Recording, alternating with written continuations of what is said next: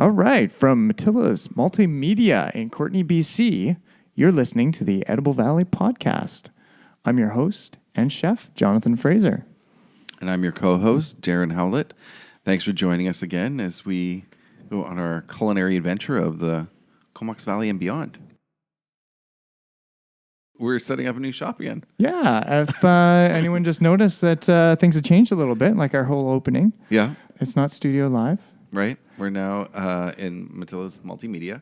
Which is, I think, an interesting thing. We've kind of, James, our producer, our sound engineer, the guy who makes sure we sound great and puts us all together and organizes it, he's stepping out and he's got his own stuff out there. So we're kind of excited about this because we get to be a little more mobile now. Yeah, absolutely. The change allows us to go on the road and possibly now visit all those guests that weren't able to make it into the studio. We can now go to them. We're not also constrained by certain days or what have you of the week where we were before. That opens up a lot of possibilities for us. Yes, and James has a little studio here for us to do our recordings if we can't do it at your establishment or whatever. But we kind of just want to send this option out to people and be like, hey, the Edible Valley is here. We're out here to promote and support our industry and support people in the food area, and we just hope to have we'd like you to invite us if you want to host us and let us come into your home or your business, and we can talk a little bit about it, promote it, and maybe bring some other guests and talk about what they're up to in this town. For sure. And I think that sort of leads into what we're doing tonight. Rather than have a guest, I thought we'd just talk about Edible Valley, where it's at and what we're doing, what's going on. And that's obviously the big key change, that we are now mobile. We've never had that before, which is exciting. Yeah. We get to check out a lot of new things and be in a lot of new places. Well, I hate to say that I remember one of our first episodes, we actually went mobile. Right. And that was with myself and Blaine, and we went to Halstead Farm. All right, yeah. And then we got a beautiful tour of their farm, and we got to check it all out. And you can still hear the episode. I think it's 1 or 2 is back there. Anyways, it was a great time, but it was one of those ones we're in their garden chatting. Yeah. And you could hear the animals coming by, and the sound quality wasn't that great, and we really didn't know how to edit that. Yeah, I think the difference, though, is that we have professional sound person now. Yeah, which makes it a lot better and a lot easier to do stuff. Yeah, and that's also the other thing. This is probably, even though I don't think we've changed for about 100 episodes, this is probably still the 3rd or 4th studio change that we've done. We've done a little bit of traveling over the last 130. There was Jet FM. Jet FM to start, which doesn't exist anymore, is now the GOAT. John's house in my basement, which was a great opportunity for a while, but it became a bit much for me to be running a restaurant and trying to organize and podcasts and such. And then, we set up this with James, and James has been great for us to help us do this and made it really easy for us to put together these podcasts and absolutely and talk to people. I'm all excited about it, but what other things are going on in your world? In my world? Yeah. Well, I think that was the whole thing is you and I had a talk probably about 2 or 3 months ago. These things take a little while to kick into gear and put plans into action.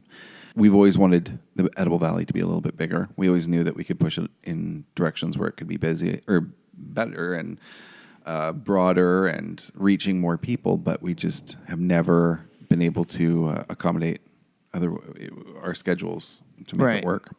So, I've been shifting things around, moving things around, trying to get things to a position where we can put a little more time into this. So now it's about that. It's about increasing awareness and getting people. We've got quite a backlog now, about 140 episodes in the can. It's about getting people that aren't aware of it, that don't know anything about it, never heard of it, introducing them to it. So what you're trying to say is you're about to go hit the pavement?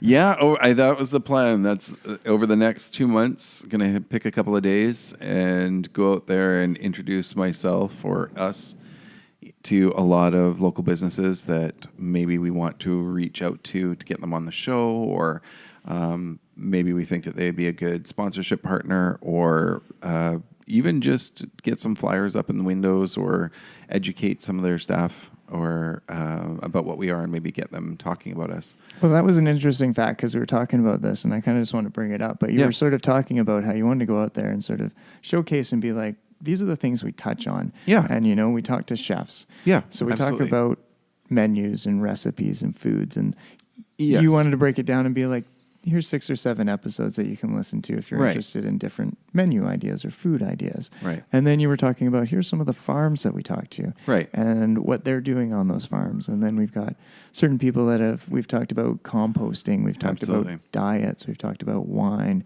and all these different topics that we've kind of. It's a big, we have a big sort of broad category of anything relating to food in the Comox Valley is pretty much our touchstone. So, sometimes people don't know what that is, so I just thought we'd go out and be a little more clear. Like, this is, if you're interested in agriculture, here's a good 10 episodes for you to check out. Or if you're interested in restaurateurs, here's a good 10 episodes for you to check out. Just so that people can start to understand what the show is about. Yeah, and start to learn a little bit, too. And I know we're also talking about doing a few episodes of ourselves where we're just going to hit on topics and really get focus on them a bit more. Because we used to do that. I think when you started with me... Yeah. Blaine was we were doing the interviews with Blaine, and then you were like, well, let's do something a little different. We were doing those food facts. That's right. Which actually I don't even think count as episodes. No, but I really miss doing those. I loved it when we decided, hey, we're going to discuss chicken. And in discussing chicken, I would spend a week researching everything I could about raising and rearing and, cleaning and dressing and preparing chicken. And it was great. And then the next week was another topic. And the next week was another topic. It was fantastic. And I would love to see us move to some of that again. Yeah. And maybe not just food, but other topics. Yeah. And I think just the food industry in general, from farming all the way up into service in a restaurant. Absolutely. Intentions for you, John? Any plans coming up? Any ideas of what you want? Out of Edible Valley. Well, my thing is just to not overwhelm myself. Right. So I know definitely with you being able to free up some time to do some more promotion and stuff like that, I'm hoping that frees me up a bit of time. Right. I know we're definitely always looking for a little bit of help from someone out there if they're interested in joining the Edible Valley team to help us promote this and get out there and showcase that and maybe bring us in some support to keep the show going and keep it running. The more we can spread the message and talk about all the great things we're doing here, kind of excites me. Kind of proud of the people that I work with and the people in my community that do the stuff they do. So, and of course, not burning them out. And definitely with myself, it's been a bit tough with staffing and keeping a restaurant going full time. Right. As well as keeping on board with doing a podcast and staying involved in my life with a family and all that good stuff. So. Absolutely. Yeah, it's quite the balance. I'm also doing a big dinner, big table downtown. That's right. Yes. The somewhat unnamed dinner. It is the sun. Yeah, it's the Sunset. I only caught it just the other day. I think they only just finalized the name. But as of this recording, it's this. I think it's Sunset on the City or Sunset. Yeah, we'll have the name by the next episode. I'm sure. Sunset on the, yeah. It'll be up there. It'll probably be by the time this episode gets up because it usually takes us a couple weeks from when we record to when we actually get them up. Right. So, that should be all set in place. I've got a beautiful menu that I've been working on, and I've kind of based the menu around the downtown and sort of looked at dishes that have sort of significance towards the downtown. So, nice. I've just taken a couple little things, like I've looked at our beautiful glacier that towers over and, is kind of the centerpiece of our community. I've featured a little bit of that. Oh, that's cool. How we have the Mile of Flowers. Right. Oh, nice. I'd include a little bit about that. Of course, the Puntledge River being a salmon river, so I threw a little bit of that in. I'm not giving out the menu because, then there's lots of things just with the downtown area being a creamery used to be down there. That's right. And all those things, as well as other businesses that are still down there. We have Natural Pastures, which has been on the episode a couple times to talk to us. So so I'm kind of bringing some of those aspects of the dinner, and sort of it's going to be a 4-course dinner paired with local wines and beers, I believe. Yeah. So it should be a really interesting dinner. So I think 60 people. 60 in a long table downtown. Yes. My goodness. And I'm getting pressures to go different ways, whether we're going to do plated or maybe we'll do family style. Oh, wow. Which might even be a little more interesting to do large platters on the table and everyone gets in there. And so this is going to be actually on a shut down street or a parking lot? Or? Yes. And so this is just finalizing. The permits are just going Right. through right now. I know the health permit is being looked at as we Right. speak right now. I feel really upset if this thing all falls through after we record this, but I'm pretty sure it's pretty much lined up. But yeah, they've got permission. Once that goes through, then they'll get permission to shut down the street, which the city or the... Right.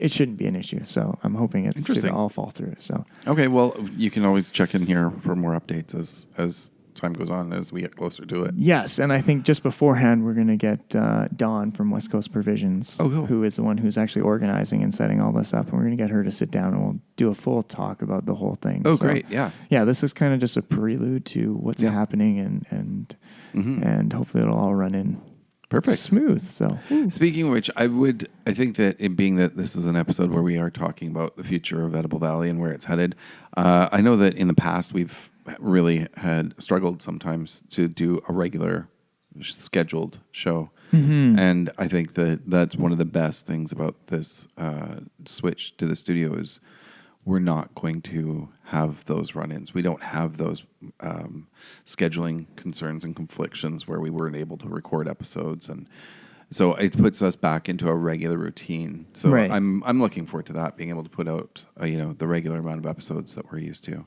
or that we always tried to. Everything's a little bit closer for us now, so I think it makes it a little bit smoother to get around. And I'm happy that we're moving back to our old frequency, so of how often we were putting out episodes. So yeah. And it's great to still have James here with all his great equipment. Makes the setup and tear down of all this a lot more easier. Really want to bring up the point again, and we're starting to get a few people, and I want to start, just people commenting and sharing information about what's happening with them and feedback about our show. Right. Definitely, it helps us if you're subscribing to any one of the like Podbean, which is our host site. Which is a great site, even if you're not a podcaster, just to find new podcasts out there, subscribe to them, listen to them. It's a great way to find new media out there, which is kind of the whole basis behind podcasting. One of the things, too, I think should be mentioned, and I don't know if this is gauche to bring it up, but I know that we have asked for people to write reviews in the past, and we've asked for people to subscribe. And I don't know if people understand what that actually does. It doesn't put you on a list. It doesn't send you like spam or junk mail or put you on what have you because of it. But what it does for us, we don't even get any monetary gain from it. There's nothing for us to necessarily earn from it. But how it works is generally when people start putting in feedback towards our show, however, whatever that is, we start to get indexed or ranked in various rankings or indices, as they say. It just gives us more exposure. It gives us the ability to get bigger, where without those, we're limited into how big we can get. Yeah, it sort of gives us a bit of credibility in the podcasting world. So right, and that's all we're hoping to do is, after 140 episodes, is get into those or open those doors so that we're allowed to get bigger. It's definitely summertime right now, and you're starting to feel the heat. Yes. Just so everyone can actually put a date to when we're actually recording this, it was the eclipse happened today, so I don't know if you got a chance to check that out. I did. The kids and I went outside, and we did some fun experiments with the eclipse. No looking at it through glasses, no whatever. But there's lots of little fun experiments that you can do. And I think the next one coming up is 7 years from now. So maybe you want to read up in it and do some of those experiments for that one. But there's other partial eclipses. There's quite a few in the next few years. So. Oh, I'm glad you looked into that one. I did because the kids were like, "Oh my God, that was so much fun. Let's do that again." Well, it doesn't happen that often. It's going to be 7 years. Yeah. I put the binoculars together. Right. And put them backwards and put a little screen. Oh yeah. Piece of cardboard over them, and then had a piece of paper because it reflects. Interesting. And then so I got to watch it that way.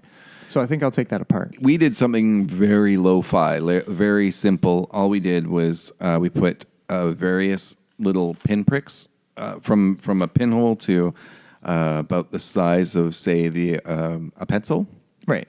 Various holes, and if you hold that out against the pavement or against something else that's on the ground, the shadows it was casting were eclipses. Oh. And so we were just playing around with various sizes and various, it was fun. Yeah. We did lots of little pictures. It's a good adventure. Has nothing to do with food. Absolutely nothing. Nothing to do with the Edible Valley, but I just thought it was interesting that Absolutely that happened today. Yeah. So you can do a time point to see how long it takes us to put up episodes, and it takes a bit of time just to, write up little write-ups and put pictures together. So I think the longest that we've done from recording to getting one up was about 5 weeks, and the quickest is the same day. Yeah. So it varies depending. And I guess maybe we can just explain to anyone if they want to come in and do a podcast and they're interested, because I know some people get a little nervous about speaking on air, and they're sort of intimidated by it because it's a bit of a thing to sit down here and not have dead space for 10 minutes. Yeah. Pretty much the reason that the two of us are up here, because it's easy for us to spill off and one of us can be really concentrating on the next question while the other one's actually listening and trying to figure out what's going on, which usually happens with me because I'm just like, I'm just trying to absorb everything from everyone that we have on this. So we do a really casual, we try and keep this as casual as possible. Yeah. And we like to bring you in, sit you down, give you a glass of water or coffee or something that will keep you happy and relax, because that's the key point, is just staying relaxed here. And we just want to have a casual conversation and just hear about what you're doing, how you got involved with it, why you're doing it, and why it's so important to you. Yeah. And I think a lot of people, too, feel a lot more secure when they know that we do edit this. So it's not live. Yes. You can mess up. We can fix it. It's okay. Yeah. And you know what? It's amazing because I don't think we've really done... I don't think we've used that as an option for quite a few episodes. But the only thing we'll take out is the old if that ever happens. But it doesn't happen often. So. Right. That covers everything. That sort of touches on everything that we're hoping to do with the Edible Valley over the next little while. Yeah, so definitely, I guess, leads to my next subject is that definitely, if you want to get in contact with us, first of all, send us a review. Tell us what you think. Tell us what you'd like to hear, who you'd like to listen to. You know, there's a lot of people I don't get in touch with in the food industry in this area that I would love to get in touch with. There's so many people who have their foot in the door. Yeah. And I just met two new people, or two new farms at the farmers market the other day that were very keen to come and talk to us. So great. I told them to go listen to an episode. I took their cards. I gave them a card and I said, they're like, we're just busy at the farming thing right now. And I understand. So when you got some free time, just let us know and we'll set it up. And we'd love to hear about your business and help promote it. So And so from that, So if you want to get in contact with us, the easiest way is at Gmail. So you can do us at ediblevalley@gmail.com. Of course, we do have a Twitter site. I got to admit, I'm not the best at tweeting, but we do have one at the Edible Valley. And of course, we have the Facebook site, which most of my tweets get posted on the Facebook site. So anything I find that's interesting usually gets passed along to there, as well as whatever Darren runs across it once in a while, ends up on there. And so that is at the Edible Valley Podcast on Facebook. So that's 3 ways you can get a hold of us. Of course, I'm hoping that you're listening to this and checking us out at the Edible Valley at ediblevalley.com, which is our Podbean host site. We also do a little bit of a side thing with WordPress, where we put up episodes sort of at a slower rate, mainly because it takes me a little bit of time, and we just put a little bit more information and try and get some photos with some of our guests. And a little more immersive on the WordPress. You get the pictures, you get a little more write up, and I usually like to include some of the business information and that along those lines. So that's another avenue to check it out. And so definitely, and check us out on. There's so many sites out there: iTunes, Google Play, Stitchers. You can find us. If you really want to find us, just throw us into a Google search bar and you'll come up with lots of results. And definitely get out there and share us with your friends, because we'd love to get the talk to spread what we've been rambling on about, because we kind of like to ramble. So, and speaking of people that help us out, there are quite a few. There's right now we've got Butcher's Block in the heart of Courtenay, where Butcher's Block you can find local fresh meats, poultry and lots of other local products. They carry a lot of other local producers' foods there. Atlas Cafe, of course, where John and I both have our day job. We're both very proud to be there. They serve fantastic local foods, and they're also located right downtown. We also thank Ivan's Truffles, who's always been there. Handmade, decadent truffles right down Comox Valley, right from the Comox Valley. I think I just tried the brandy. What was it? Oh, no, you did an orange and basil one the other day. Mm-hmm. Oh, my God. You can find it on lots of locations around town. Absolutely. Like maybe Butcher's Block. Maybe Butcher's Block. We also want to thank Kirsten Wood Music, who does private music lessons. Teaches piano and voice lessons. Yeah, just outside of downtown, just right there. And I'm trying to bug her, and I may pass it off to someone else, but working on some little bit of intro music for the podcast. So yeah, I know I've talked to her about it, and that's definitely something we're looking at, getting a new intro. Just a little bit of something to make you think about us. Yeah. And last but not least, James, for putting up with us for 100 episodes and always having a home for us. So Matilla Multimedia, thank you so much for your support as well. Yes, and definitely if anyone's looking for some video work or audio services, James is the guy to come talk to. Absolutely. So thanks to all of our sponsors and everybody that helps keep our show going. And if you want to include your name into that list, we would love to hear from you, and definitely send us an email. Thanks for listening to the Edible Valley Podcast.